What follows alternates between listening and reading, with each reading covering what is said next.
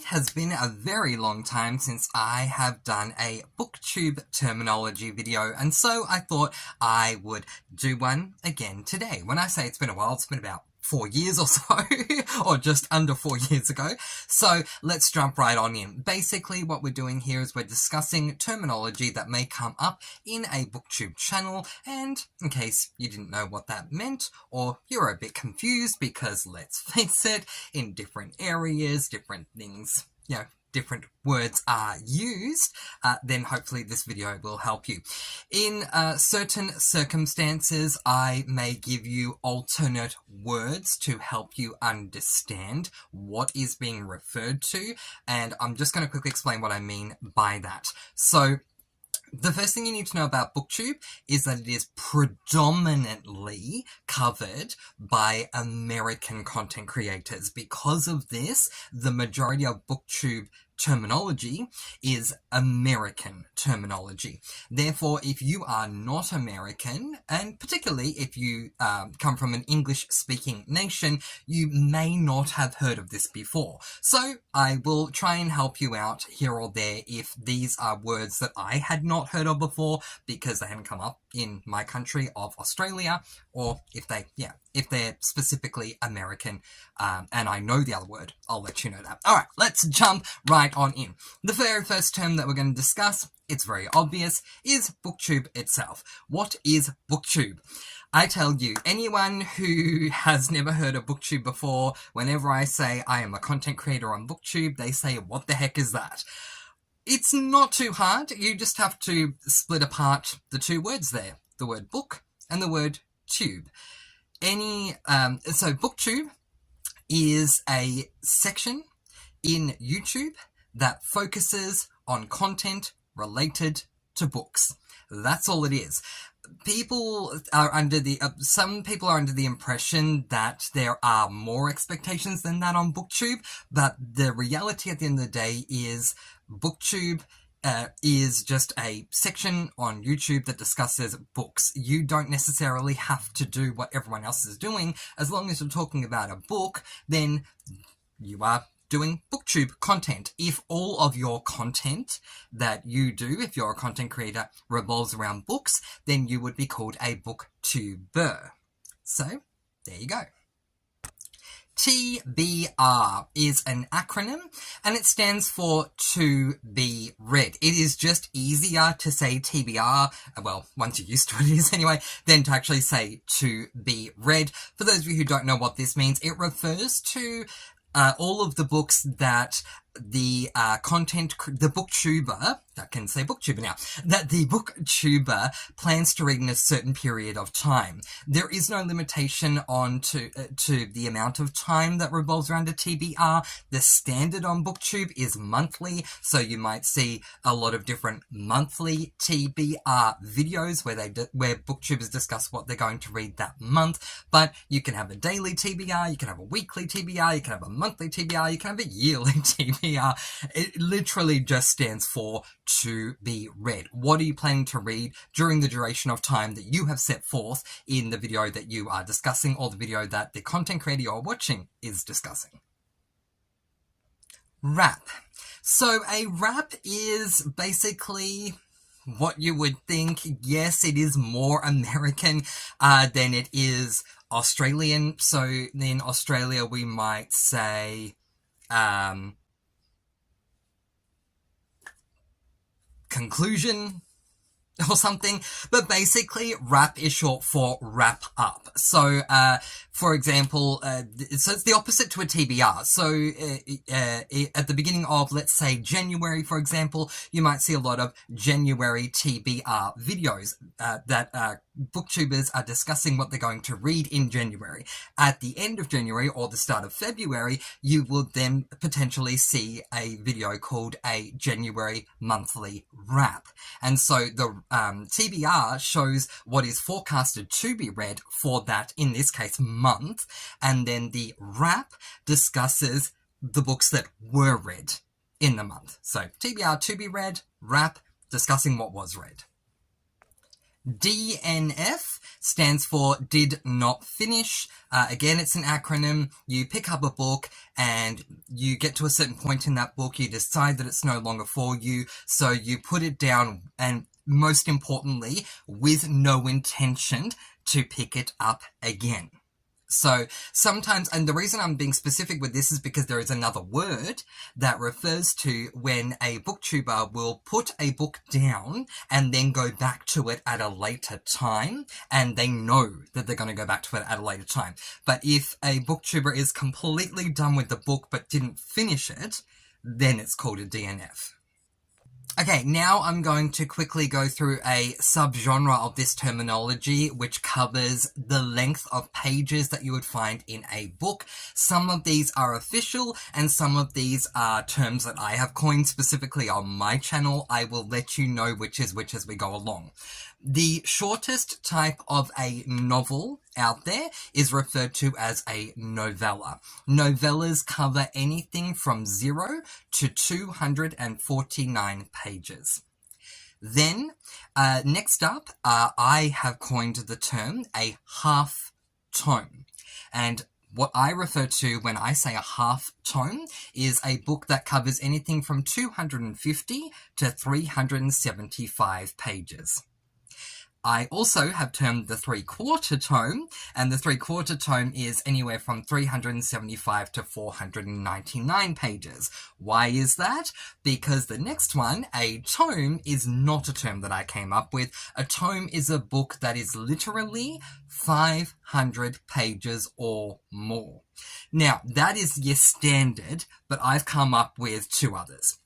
Tome and a half, 750 pages plus, and a double tome, double the amount, 500 and 500 is 1,000. So, generally speaking, booktubers will only refer to novellas or tomes if they refer to the terminology of the length, but for me, I like to be more specific, so that's why I have novellas, half tomes, 3/4 tomes, tome and a half, and double tomes. And don't tell me there are not books out there that are 1,000 pages or longer, because Stormlight Archives, I have Brandon Sanderson all the way down there so you can't see it in the thing, but Stormlight Archives by Brandon Sanderson are over 1,000 pages long. In my opinion, they should not just be called a tome, they're a double tome.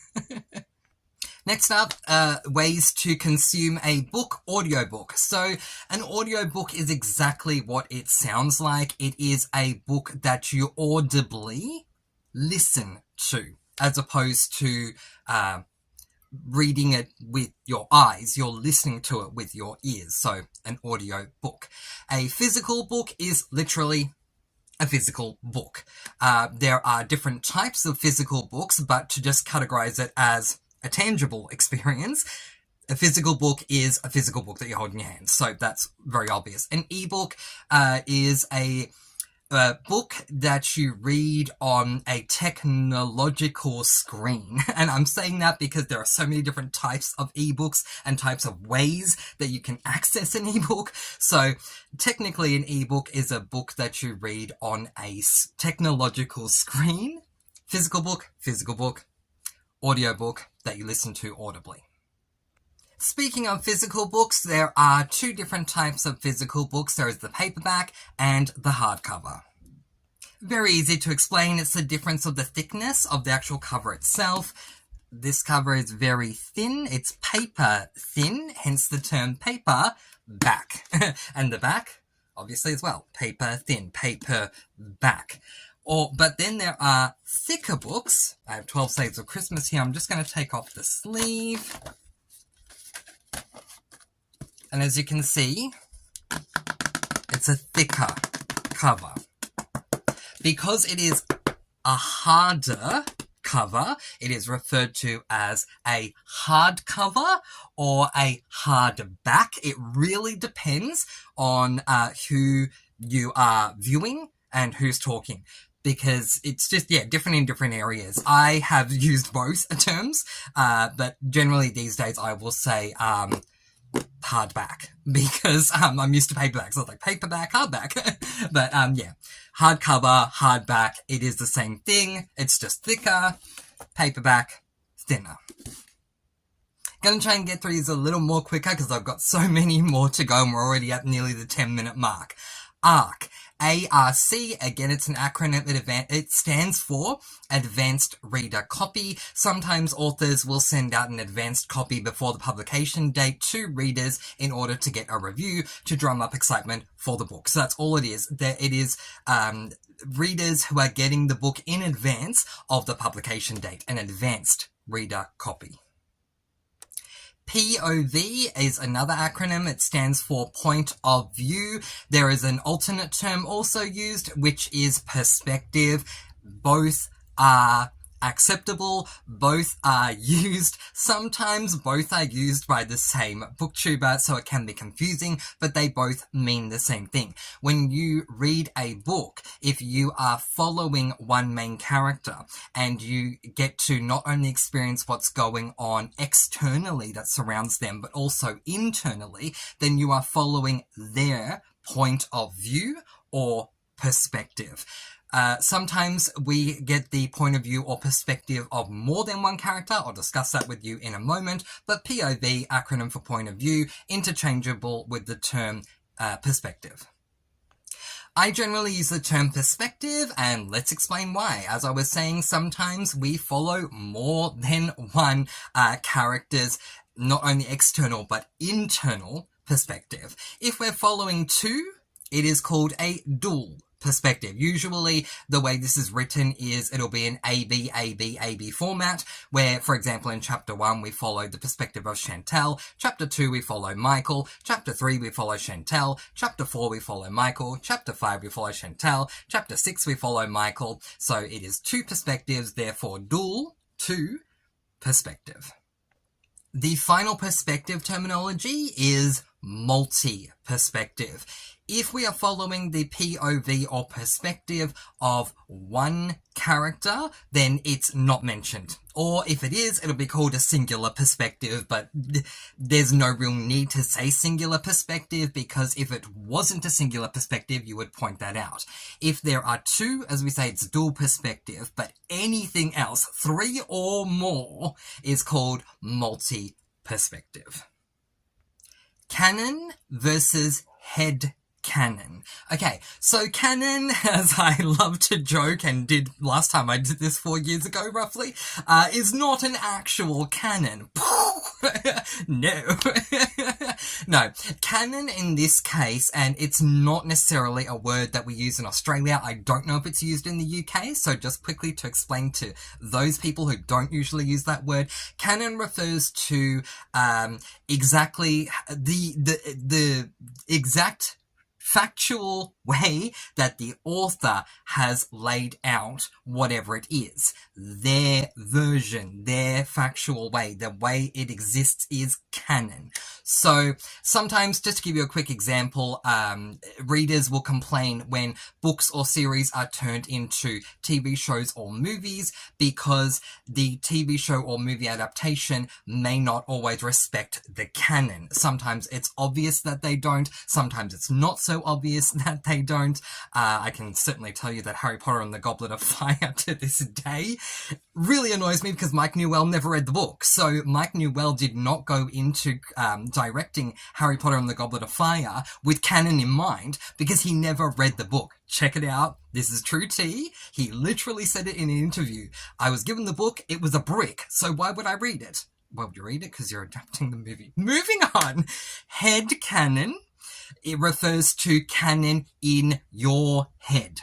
So let's just say that I want to give you something that doesn't spoil, so I'm going to give you the nursery rhyme, Goldilocks, and not nursery rhyme, the fairy tale, Goldilocks and the Three Bears. So the canon of Goldilocks and the Three Bears is that Goldilocks goes to the bear's house, tries to eat all their food, sits on the chairs, sleeps in the bed, the bears come home, she runs away. And maybe in your head canon, you didn't want her to run away, so she stayed stuck in the house and she ended up cooking meals for them for the rest of the time and staying with them. It's not canon, because that's not what the fairy tale actually is, but it's canon in your mind, so it's head canon. And there's no judgment against head canon provided you say that it is. So if you say, look, this is not canon, it's head canon, but in my head canon, it's this, okay? Canon, the actual fact. MC is an acronym that I don't use, but once you know what it means, very easy. Main character. Yeah. So I used to say main character all the time. Nowadays I say protagonist. They are interchangeable terms at the end of the day, but MC is just a shortened way of saying main character. Trope. So a trope is something that comes up often in books. Now, I'm going to talk to you about a cliche in a moment, but I don't want to confuse the two. A trope can come up, a trope is some sort of a subject or something that will come up in a book. For example, in most romances, there is my least favorite part of any romance. Just a moment. If you're hearing a baby cry in the background, my niece is staying with us at the moment, and her baby is 5 months old and is teething, so I do apologise if you hear that, but I am going to continue, because I don't have a lot of time to film this, I'm sorry. Okay, so a trope is something that comes up in a subject matter that may come up in a genre that we're used to because we see it over and over and over again. An example of this being in romance, that we have the breakup trope. So, yeah. I am yet to come across a romance where the couple doesn't break up 3/4 of the way through. It's expected to happen. So it's a trope. What separates it from a cliche is that tropes can be done in different ways to keep them exciting. A cliche, on the other hand, is a trope that is done the same way to death, and we are over it. So let's just say that the breakup in the romance occurred owing to miscommunication, then the breakup itself is the trope, but a miscommunication breakup is a cliche because it's done the exact same way over and over again, where a trope itself is something that can happen over and over again in different books, but it may be done in different ways. I have to add this, I'm a massive tennis fan, which doesn't matter for Booktube, but every time I see the word cliche, it reminds me of this former commentator by the name of John Barrett, who at one time said the quote, "Never waste a good cliche when it is there to be used." And I just had to put it out there. Cliches aren't always a bad thing, although on Booktube they are seen to be a bad thing, but yeah. Never waste a good cliche when it's there to be used. Thank you, John Barrett. Now we're going to talk about the two different ways that a book can be driven. And the first terminology I'm going to give you is plot driven. So any prefix to the word driven when you're talking about a book refers to what the main focus of the book is. So, generally speaking, at least in my experience when it comes to fiction, I'm not really a non-fiction reader outside of memoirs, they are generally plot driven. The plot drives the book forward. The next term in this driven category is character driven. So I want to quickly give you an example of a difference. So with plot driven, obviously we are being driven by the plot. What happens in the story will move the character forward. In a character driven story, the character themselves moves the story forward. Okay, so we are more focused on who the character is and what's going on with the character themselves as opposed to what's going on with the actual plot. Oh, here we go. Plot convenience. I am not a fan of plot conveniences outside of middle grade. We'll discuss middle grade in a moment. But a plot convenience is something that comes up in a book that the reader can't help but think, wow, that was convenient. To give you a great example, let's just say that we have a character that has been trapped inside a room and there is no way out, at least from what they can see looking up on the ceiling. But then when they look down to the floor, they see a key and, oh my goodness, pick up the key, put in the lock and turn it. Wow, it's the key that fits in the lock and I'm out of there. And you can't help but think, how convenient with that. The key was right there. They didn't have to do anything. All they had to do was pick up the key and leave the room. That's a plot convenience. It generally annoys readers, but now you know what it means. But if you thought that's bad, let's discuss info dump / exposition. It's the same thing. It just depends on if you're trying to say it professionally, quote unquote, or informally. The informal way is to call it an info dump. The professional way is to call it an exposition. Basically, it is a whole bunch of information that is given to you that just feels like it's been dumped into your lap. Rather than it being pieced and parceled to you throughout the course of the book, you may find that you have multiple pages of just a character dumping information your way. This is very common in fantasy. It is also very common in dystopians, because with both world building, which we'll get to in a moment, is a big feature, and so there's a lot to discuss with that world building. It is generally advised to not info dump or use exposition, but to rather discuss it, piecing and passing it out throughout the book.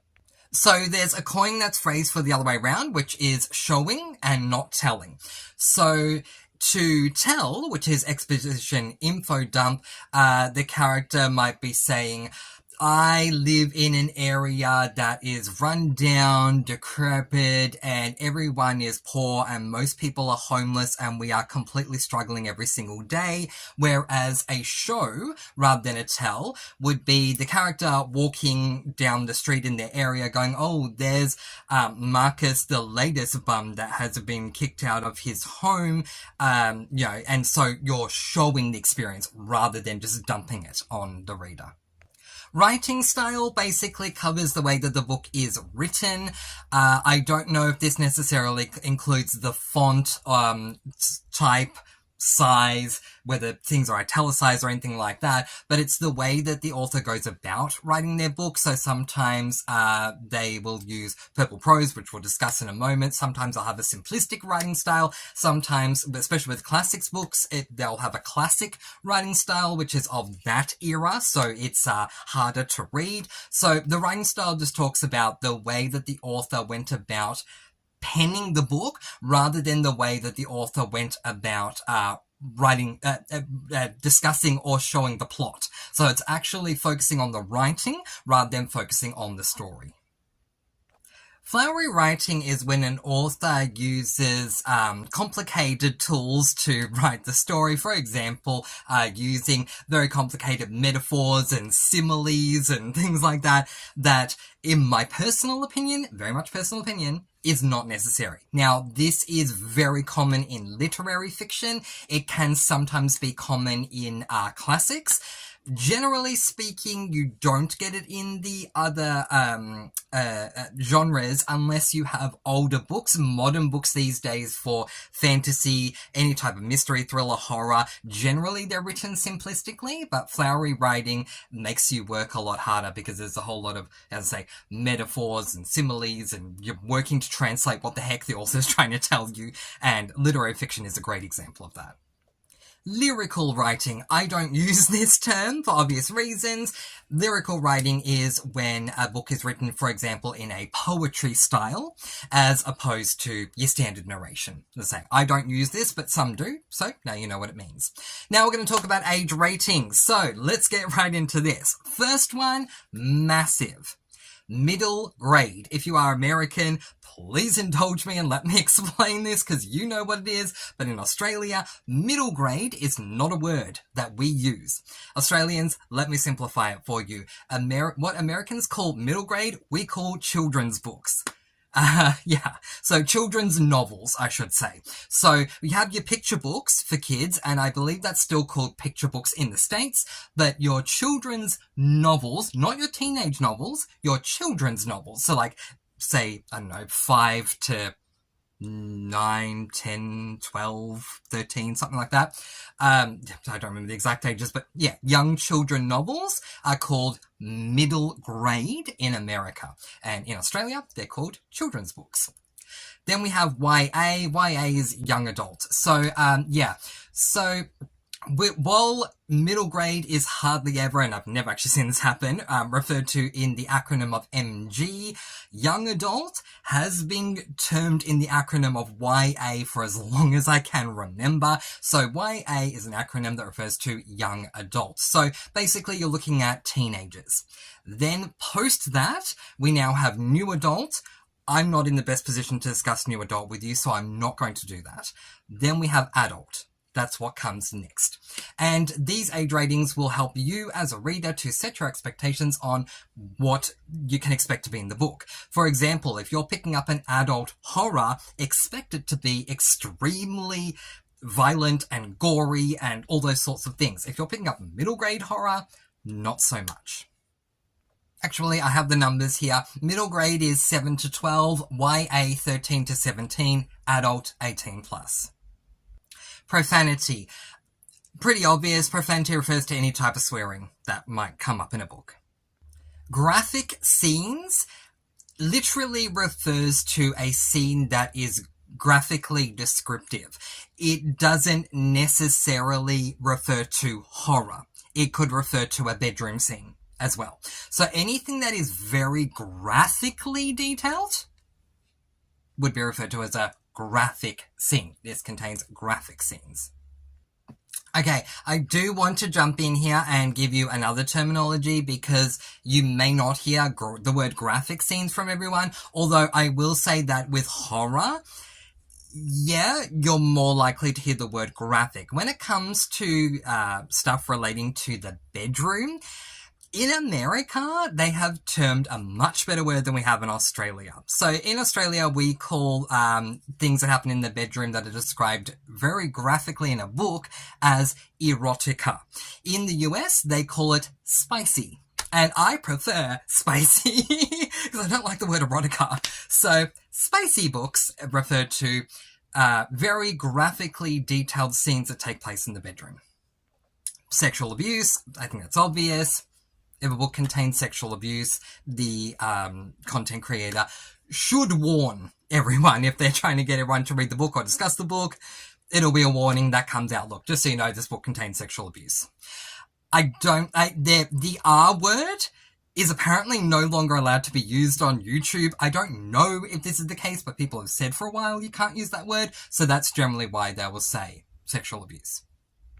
Okay, on to fantasy. Let's talk about fantasy, because fantasy can be very complicated with its terminologies. So here we go. World building. I was referring to this earlier, not only with fantasy, but also with dystopians, that fantasies and dystopians rely on their world building. Because the author is penning something that hasn't actually taken place, and we are trying to describe this world, the author needs to build up the world to the reader. Anything that builds up the world is referred to as world building. Now, you may have heard the terms low fantasy and high fantasy, and what I thought they meant was very different. So let's get right on into it. Low fantasy and high fantasy does not refer to the amount of fantasy that you find in the book. That's what I thought. No. Low fantasy refers to fantasy that is written in a book that takes place in our world. It takes place on Earth, in a place we may recognize.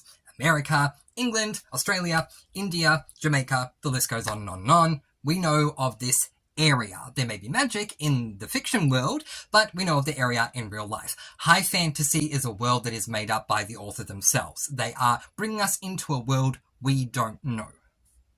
Now on to magic systems in fantasy. We have soft magic systems and hard magic systems. A soft magic system is a magic system that we don't know all the limitations of. A great example of this would be Harry Potter. While we are aware of certain spells that can be cast in the Harry Potter world, we do not know everything about the magic system. In Brandon Sanderson's worlds, any of his books that he writes, his magic systems are hard magic systems. What that means is we know absolutely everything. We know every single bit of magic that is in this world. We know what can be done with it. We know what can't be done with it. There is no way around it. We know everything. That's a hard magic system. And that is it, and perfect timing because we've almost hit the half-hour mark. If there's any other Booktube terminology that you would like to know what it means, or anything I've missed that you think people ought to know, down in the comments is the place to leave it. Please do like and subscribe if you enjoyed this video, and if you have any recommendations for other Booktube content you'd like me to release, down in the comments below is the place to leave it once again. In the meantime, I'm going to let you all go with peace, blessings, and so much love. Please do be kind and love one another. and spread your sparkling energy all throughout the world. And until next time, happy reading! Bye everyone!